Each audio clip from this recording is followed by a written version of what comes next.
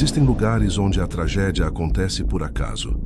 Um acidente, um erro humano. E existem lugares onde a terra parece ter fome. São Paulo, Avenida 9 de Julho, número 225. Hoje ele tem outro nome. Foi reformado, pintado. Mas quem trabalha lá à noite sabe, o concreto tem memória. Em 1º de fevereiro de 1974, o Brasil parou para assistir ao vivo a 187 pessoas perderem a vida no incêndio do edifício Joelma. Mas os espiritualistas, os médiuns e os historiadores do oculto dizem a mesma coisa. O fogo não começou em 1974. O mal já estava lá, enterrado no quintal, esperando.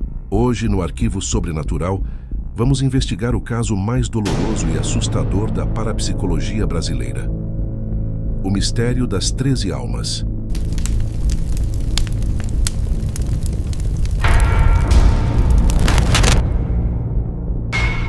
Para entender o inferno, precisamos voltar 26 anos antes do incêndio. O ano é 1948. O terreno onde o prédio seria construído abrigava uma casa grande. Lá morava Paulo Ferreira de Camargo, um professor de química de 26 anos.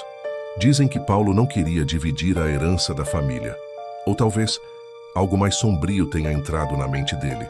Paulo assassinou a própria mãe e as 2 irmãs.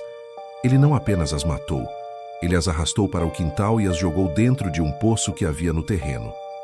Durante semanas, ele viveu naquela casa, dando aulas, recebendo amigos, com a família apodrecendo na água que ele bebia. Quando a polícia descobriu e cercou a casa, Paulo se matou com um tiro no peito. A casa foi demolida. O poço foi aterrado. Mas a energia da violência não evapora. Ela impregna o solo. Sobre esse túmulo profano, construtoras ergueram um gigante de aço e concreto, o edifício Joelma. Eles construíram escritórios sobre o local onde 3 mulheres e um assassino encontraram seu fim trágico. E o solo cobrou o aluguel. Sexta-feira, 1º de fevereiro de 1974, 8h45 da manhã. Um curto-circuito em um ar-condicionado no 12º andar. O prédio não tinha escadas de incêndio externas. O acabamento interno era de material inflamável. Carpete, cortinas, divisórias de madeira. Em 20 minutos, o Joelma virou uma chaminé de 25 andares. O calor chegou a 700 graus Celsius. As pessoas desesperadas subiram para o terraço esperando helicópteros. Mas não havia heliponto. O telhado era de telhas de amianto, que esquentaram como uma frigideira. Os helicópteros tentavam pousar, mas o calor derretia os patins de pouso e a fumaça cegava os pilotos. Foi nesse cenário de horror absoluto que a segunda tragédia aconteceu. Muitas pessoas, sem opção entre queimar ou pular, escolheram pular. Os saltos da morte. Mas houve um grupo que não pulou e não subiu. Eles tentaram descer. 13 pessoas, funcionários de escritórios desconhecidos entre si, unidos pelo pânico.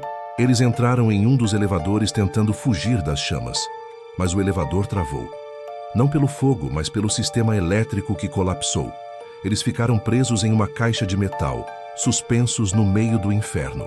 Quando os bombeiros abriram as portas, horas depois, a cena fez homens treinados chorarem. Os corpos estavam tão queimados, tão fundidos uns aos outros pelo calor intenso, que foi impossível identificá-los. Ninguém sabia quem era quem. Não havia DNA na época. Eles foram enterrados lado a lado, no cemitério São Pedro, como indigentes. As 13 almas. E aqui começa o verdadeiro mistério sobrenatural. Pouco tempo depois do enterro, zeladores do cemitério começaram a relatar sons vindos daquelas tumbas, gemidos, pedidos de socorro e uma sede insaciável. Dizem que, como morreram no calor extremo, seus espíritos ainda sentem a sede da morte. Até hoje, visitantes deixam copos d'água nas lápides e dizem que a água desaparece. O prédio foi reformado, mudou de nome. Hoje se chama Edifício Praça da Bandeira, mas você pode mudar o nome, não pode mudar a história. Eu conversei com seguranças e faxineiros que trabalham lá hoje. Eles têm regras. Nunca fique sozinho nos corredores do 18º andar. Se ouvir uma porta bater, não vá ver o que é. Relatos de uma mulher vestida de branco que flutua no estacionamento. Luzes que acendem sozinhas. E o fenômeno mais comum, o cheiro.